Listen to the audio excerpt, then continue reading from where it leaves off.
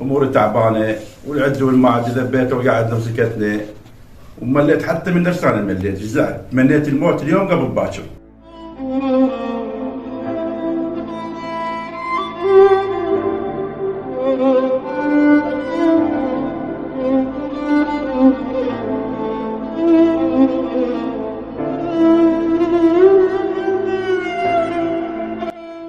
اليوم زهير حالة من حالات كثيرة في مدينة الشامية. زهير عامل بناء وتعرض إلى حالة يعني أثناء العمل. زهير وقع من الدوسة، احنا نسميها، كان يشتغل بالبيتونة، وقع من الدوسة. أثر سقوط زهير أثناء العمل انكسر عنده العمود الفقري،